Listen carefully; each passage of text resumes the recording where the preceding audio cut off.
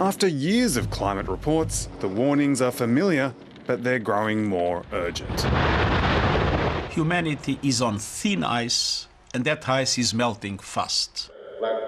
The latest report proposes a solution. The climate time bomb is ticking. But today's IPCC report is a how-to guide to defuse the climate time bomb. The UN says our best shot at defusing that time bomb will take a quantum leap.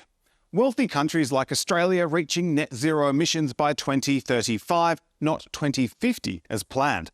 All countries immediately stopping new coal, oil and gas projects while phasing down existing fossil fuel production. And all governments must stop subsidising fossil fuels and instead transfer those subsidies to renewables.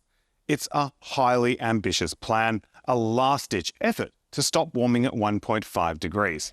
Doing that would mean the difference between saving 10% of coral reefs or saving virtually none, and it would halve the number of people exposed to extreme heat waves. There are a number of countries around the world that are managing to reduce emissions.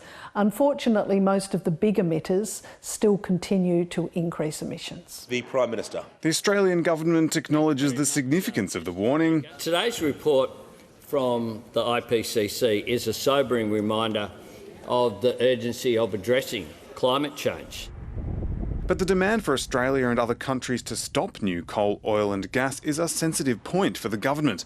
Neither major party supports such a plan. The head of the United Nations and the world scientists could not be any clearer in their message to Australia.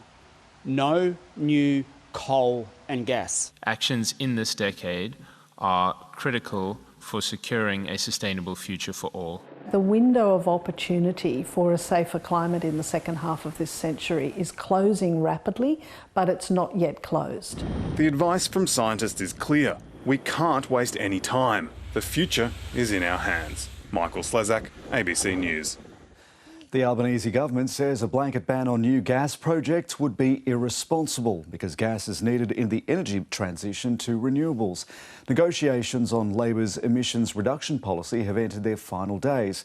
And as political editor Andrew Probyn explains, there are still major differences between the key players. That says everything. With Parliament approaching crunch time on the latest plan to drive down emissions, the pressure's peaking. If the safeguard mechanism reforms are not passed, 43% will not be met.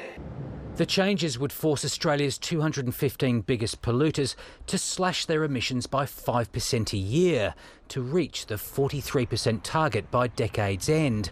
Labor has pledged to reach net zero by 2050, while calls for even more ambitious targets keep coming. It's very clear to me that Australia should be turning up to at least say we're going to do 70% reduction by 2035. Former Energy Security Board Chair Kerry Schott urging passage of the safeguard mechanism as a first step. A policy Labor once believed might be palatable to the opposition, given it's a beefed-up version of an old coalition model. We have to start somewhere. We can't have those that want more action on climate change and those that want no action on climate change determining that nothing happens. And with the coalition withholding support, the government needs the Greens and two crossbenchers to back it in. People desperately want it to pass, but we want to ensure that it's actually going to reduce emissions. Yeah, I am worried that it's going to fall over and it'll be the Greens' fault. The government has no intention of giving the Greens any major concessions, but believes the party will have to back the legislation. Labor's calculation is that Adam Bant will not want to be seen as effectively siding with Peter Dutton to oppose greater climate ambition. Andrew Probyn, ABC News, Canberra.